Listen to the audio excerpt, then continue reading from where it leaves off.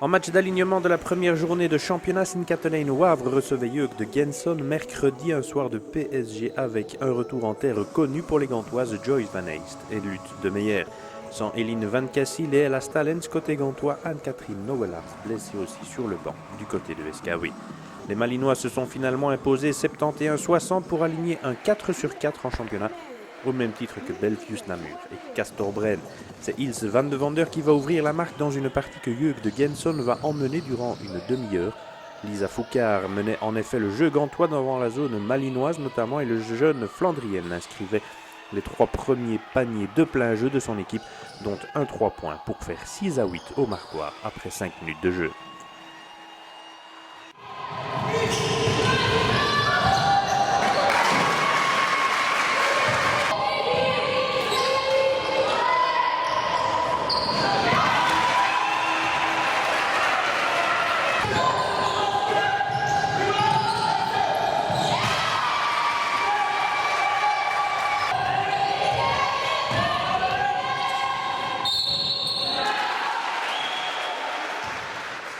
Les filles de Liamadi allaient tenir le bon bout malgré les escarmouches de Ilse Van Vander encore, Anne-Sophie Strub puis Joline Goyvarts côté malinois.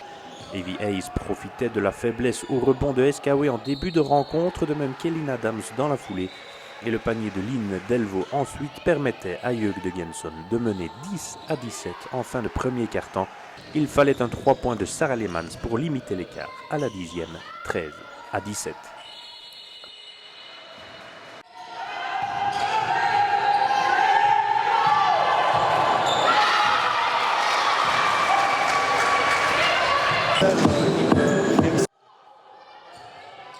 Le second carton est toujours emmené par les Gantoises qui vont porter à 15-20 sur une bombe de Lynn Lentaker qui répondait à Sarah Lemans dans le même exercice. SKW va tout de même redresser la tête pour égaliser avec Ilse Van de Vander et Sarah Lemans bien entendu, qui fera 21 partout.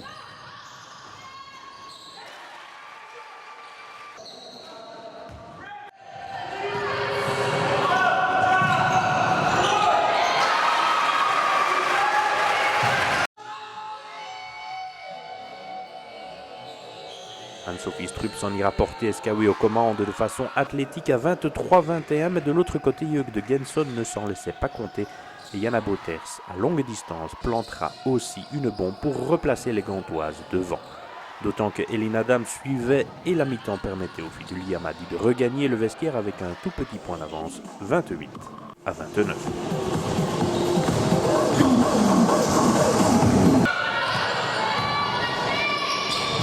Lutte de Meyer côté gantois toujours, puis une nouvelle bombe de Lisa Foucard ensuite autorisait Jeugd de Genson à reprendre en force la seconde période, 28-34.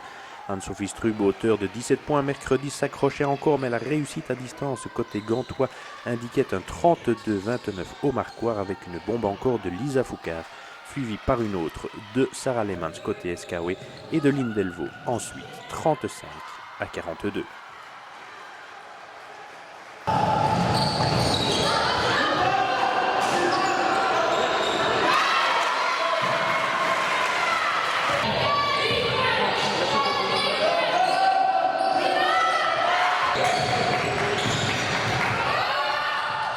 Evie se fera même 35-44 à la 25e pour Jeugd de Genson qui allait résister encore un peu dans un premier temps au retour de Sint-Katelijne Wavre.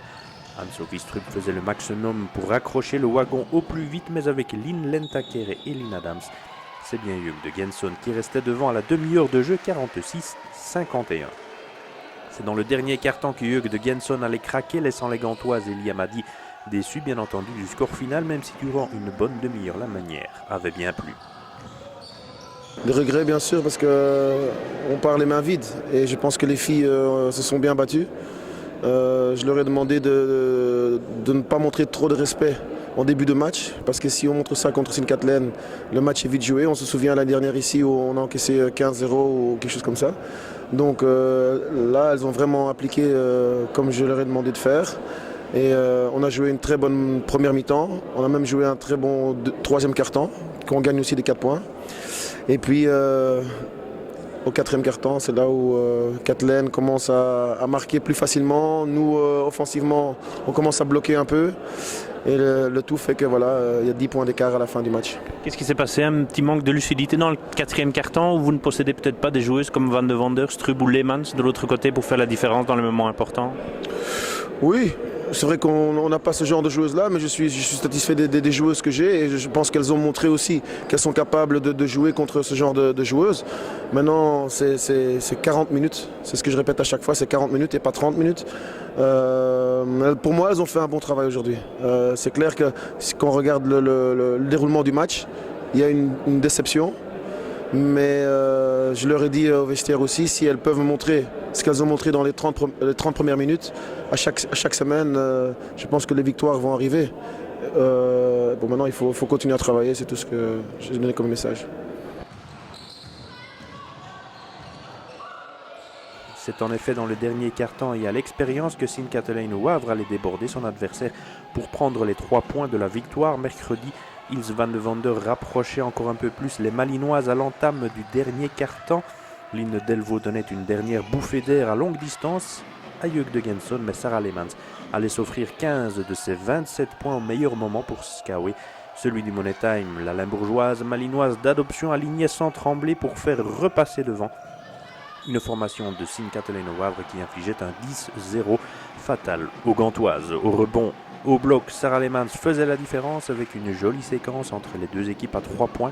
Pour finir la partie, Lolo Plateau débloquait le marquoir côté gantois, mais un peu tard, imité quelques secondes plus tard par Elin Adams.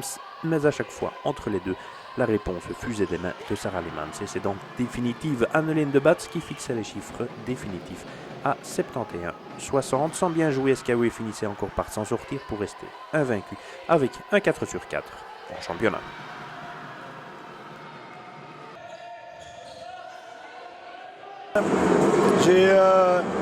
J'ai déjà dit ça après le match contre Monceau, que c'était pas super beau. On connaît notre préparation et tout ça, mais on va pas répéter ça chaque match. On sait qu'on doit aller pour le moment jusqu'au bout. Et je peux juste être content d'avoir ce 4 sur 4. On n'arrive pas encore de jouer notre jeu. Mais bon, le groupe est encore assez jeune pour trouver tout le monde sa place dans le collectif qu'on essaie de mettre sur table. Et cela dit aussi, vous parvenez à corriger des choses au fur et à mesure du match et la fin de match est toujours pour vous. Je sais, mais c'est chaque fois dommage qu'à un certain moment, on ne peut plus penser d'essayer de développer un jeu, etc. Mais c'était juste essayer de gagner le match. Et c'est ça qu'on a déjà fait presque 4 fois d'affilée. Et je peux être content du match, du gros match de Sarah de nouveau. Les shots importants à la fin. Mais je pense que de nouveau, c'était surtout au niveau collectif, on peut faire 10 fois mieux. Qu'est-ce qui manque encore simplement des entraînements, de la préparation? Je trouve pour le moment que le niveau des entraînements et tout ça, c'est très correct. C'est juste qu'on n'a pas encore eu un match de référence et j'essaie toujours de travailler avec certains buts. Et pour le moment, je ne peux pas encore... on a tout utilisé pour préparer le match contre Namur, tout ce match-là. C'était 4 fois de suite qu'on joue exactement le même jeu que notre adversaire. Et je pense que Genson a joué à un bon niveau. Ils ont bien utilisé leurs armes et on a eu très très difficile. Mais heureusement à la fin on est arrivé de trouver 1-2 choses pour contrôler et pour marquer de l'autre côté.